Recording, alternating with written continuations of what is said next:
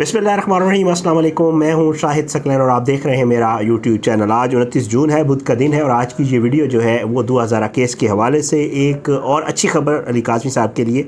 अच्छी खबर इसलिए है कि ज़ाहिरी बात है गुज़श्ता जो 24 घंटे थे उसमें एक अच्छी खबर जो हमें अच्छी लगती है। ज़ाहिरी बात है उनकी जो शुरू से कुछ चीज़ें थीं जो मानी जानी चाहिए थी लेकिन वो नहीं मानी गई। वो इस्तदा करते रहे, बार बार कहते रहे लेकिन उनकी किसी ने नहीं सुनी। अब कोर्ट में, अदालत में उनकी सुनवाई हो रही है तो अदालत में वो जो दरख्वास्त करते हैं वो अगर तस्लीम कर ली जाती है तो मेरे ख्याल से ये अच्छी बात है। गुज़श्ता 24 घंटों में एक तो मेडिकल बोर्ड के क़याम के हवाले से खबर आई थी। आज मेडिकल बोर्ड बाकायदा बैठा है, उसमें दस्तावेज़ात दिए गए हैं। एक तरफ से ये अली काज़मी साहब के लिए जो है उन्होंने स्टेप्स लिए, अपने डॉक्यूमेंट्स दिए, अपनी चीज़ें, उनसे जो क्वेश्चंस किए गए, मैं एक गुज़श्ता वीडियो की उसके ऊपर वो सारी आप सुन चुके।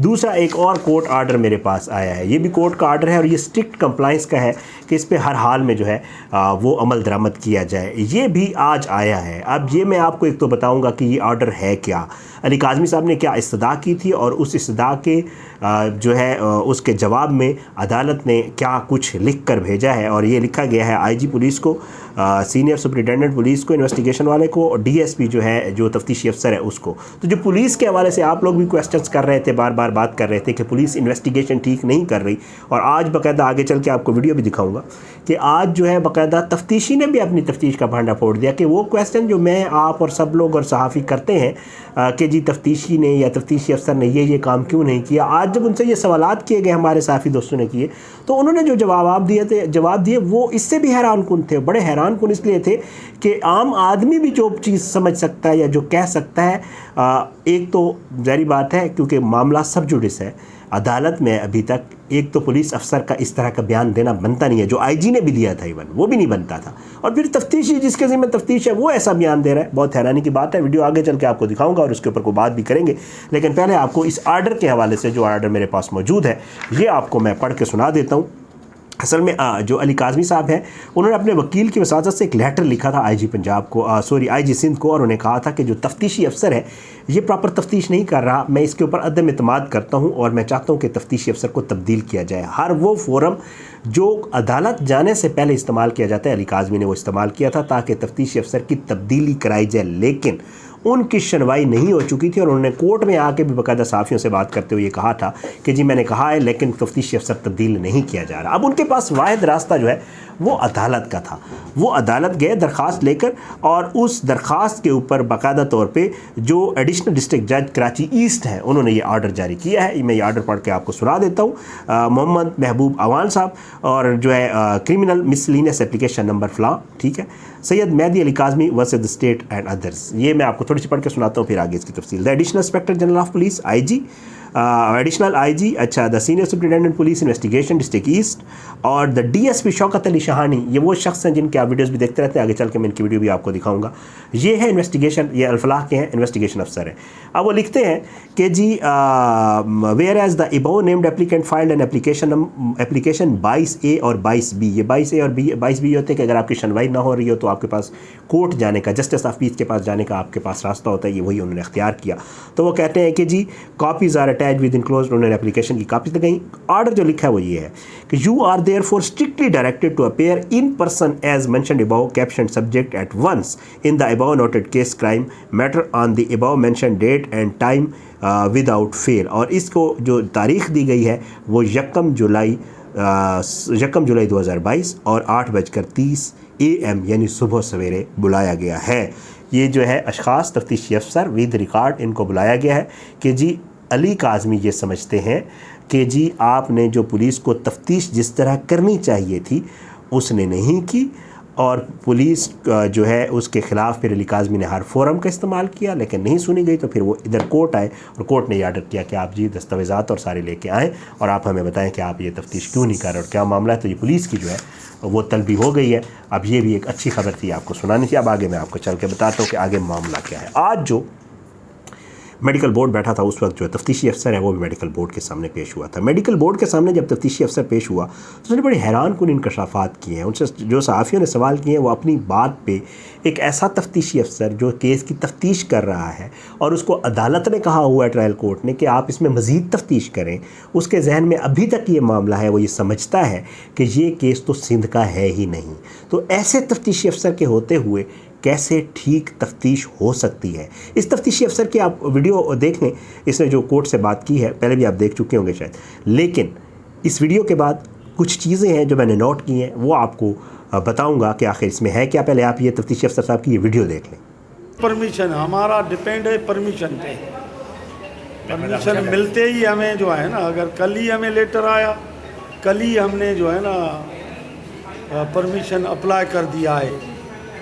अभी जा रहे हैं होम डिपार्टमेंट, ताकि हमें परमिशन आज मिलेगी तो हम आज ही निकल जाएंगे। ठीक है। आपने होम डिपार्टमेंट परमिशन के लिए कह दिया है? लिख दिया है कल ही। शानी साहब, एक दो चीज़ें हैं जो पहले जब हाई कोर्ट में केस चल रहा था तो उस वक्त बहुत सारे दावे किए गए थे कि लड़की के कपड़े, गाड़ी, ड्राइवर सब गिरफ्तार कर लिया है, और उसके बाद फिर वो उनका था पता नहीं है वो कहाँ गए ड्राइवर और कहाँ गए। और उसके बाद फिर वालिद साहब ने आपकी तफ्तीश के ऊपर अदम एतमाद का इजहार किया है। वो कहते हैं कि दूसरा तफ्तीश। बात ये है कि लड़की का बयान है वो आप लोग कर चुके हो। जी। यहाँ से मैं खुद गई हूँ और वहाँ मैंने खुद शादी का इजहार किया, तो उस पर कोई केस नहीं बनता है सिंध का। तो अगर कोई केस पहले तो कोई बनता ही नहीं है, बनता भी इन केस है तो लाहौर का बनता है कि वहाँ पे ही उन्होंने निकाह किया, वहाँ पे ही जो है ना। सर, आपके दिमाग में अभी भी ये है कि केस बनता नहीं है, तो कोर्ट ने दोबारा तफ्तीश का ऑर्डर दिया है। देखें, हमारे पास और कोई एविडेंस तो नहीं है ना सिवाय लड़की के। FIR हमारी है, लड़की 12 साढ़े 12 बजे कचरा फेंकने गई, घर वापस नहीं आई। नहीं सर, जैसे कोर्ट ने दोबारा कहा है कि आपको तफ्तीश करें, तो आपने तो अज्यूम कर लिया कि लड़की खुद अपनी मर्जी से गई है, तो फिर तफ्तीश कैसे करेंगे आप? और आपकी तफ्तीश पे फिर मजीद कौन एतबार करेगा? मजीद हम तो जो कानून कहेगा, जो चश्मदीद गवाही, केस चलता है गवाहों पे, आप हमें गवाह प्रोड्यूस करेंगे, हम भी ढूंढ रहे हैं। आपने पहले मिल जाएंगे, पहले भी ढूंढे हैं, तीसरा आईओ मैं हूँ। ठीक है। 2 पहले रह चुके हैं। ठीक है।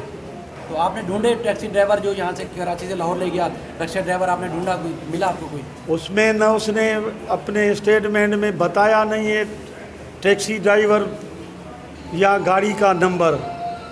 हमने वो उनसे पूछ की। एक तो हमें सेफ कस्टडी प्रोड्यूस का हुक्म था। ठीक है। सिंध हाई कोर्ट में। ठीक है सर।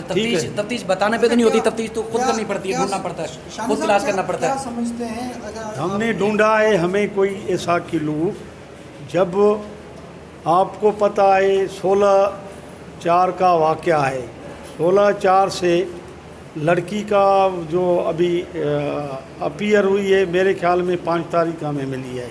ठीक है। इतनी गैप के बाद हमने उससे पूछा है अपने बयान में, वो कह रही मुझे कोई मैंने नंबर नोट किया टैक्सी का, ना ही मुझे अब तक नाम याद है।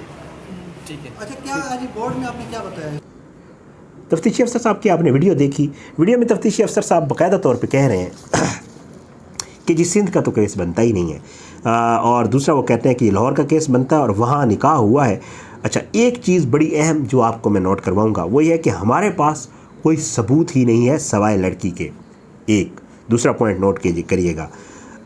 दोबारा जब तफ्तीश का कहा गया तो साथ एक जो दूसरा पॉइंट जो मैंने नोट किया, वो कहते हैं जी कोई चश्मदीद गवाह आप ले आए ना। अब गवाह कौन लाए? माँ बाप, कि जी हमारी बच्ची गई, फ़लाँ बंदे ने देखा जी उसके साथ जा रही थी। तीसरी बात, हम गवाह ढूंढ रहे हैं और ढूंढ के लाएंगे, जो गवाह उन्होंने ढूंढे हैं वो आपने भी देख लिए।